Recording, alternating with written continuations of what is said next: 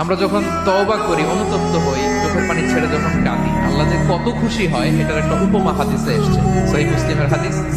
রাসূল সাল্লাল্লাহু আলাইহি ওয়াসাল্লাম বলেন, লাল্লাহু আশাদ্দু ফারাহান বিতাওবাতি আবদিহি হিনা ইয়াতুবু ইলাইহি। কেউ যখন তওবা করে আল্লাহ কত খুশি হয় জানো?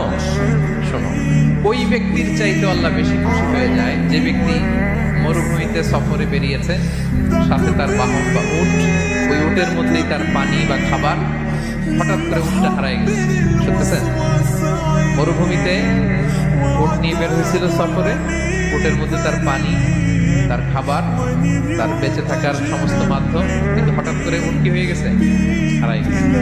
উট খুঁজে আর পায় না, দৌড়াতে দৌড়াতে হয়রান। কত দৌড়াবে? ধুধু মরু প্রান্তর, কয়েক ঘন্টা দৌড়ালেই তো সে তৃষ্ণার্ত হয়ে মারা যাবে। দৌড়াতে দৌড়াতে হাঁপাতে হাঁপাতে শেষ, জীবনের আশাও শেষ। যে উট যেহেতু পাই নাই, আজকে সারাদিন দৌড়ালে তো তৃষ্ণা আমি মারাই যাবো রাতে। তো জীবনের আশা ভরসা শেষ করে হাঁটতে হাঁটতে হাঁপাতে হাঁপাতে হঠাৎ একটা গাছের সন্ধান পেল। ওই গাছের নিচে যে এত ক্লান্ত, তৃষ্ণার্ত, হাঁপাতে হাঁপাতে ঘুমাই গেছে, হতাশ, আমার বাঁচার আর কোনো হাত পাবে না, আমার উঠ হারাই গেছে, ওইখানে পানি, ওইখানে ক্লান্ত শ্রান্ত হয়ে তৃষ্ণার চোটে ঘুম চলে আসছে। হঠাৎ ঘুম থেকে জেগে ওঠে, উঠটা পাশেই দাঁড়ায় আছে। যে ওটার উপরে তার পানি এবং খাবার ছিল, পুরা মরুভূমিতে দৌড়াইতে দৌড়াইতে আবার সন্ধ্যাবেলায় এসে মালিকের সামনে দাঁড়ায়। সে ঘুম থেকে উঠে তাড়াতাড়ি করে রশি ধরে ফেলছে ওঠে।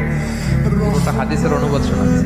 তো ওটের রশি ধরে বেচারা এত খুশি, এত খুশি, এত খুশি যে খুশির চোটে বলতে আরম্ভ করছে, আল্লাহুম্মা আনতা আবদি ওয়া আনা রাব্বুক। আল্লাহ, তুমি আমার গোলাম, আমি তোমার রব। তুমি দয়া করে এই ওটটা ফিরাই দিছো, আজকে তুমি ওটটা ফিরাই না দিলে আমি তো মরে যেতাম। প্রশংসা তোমার।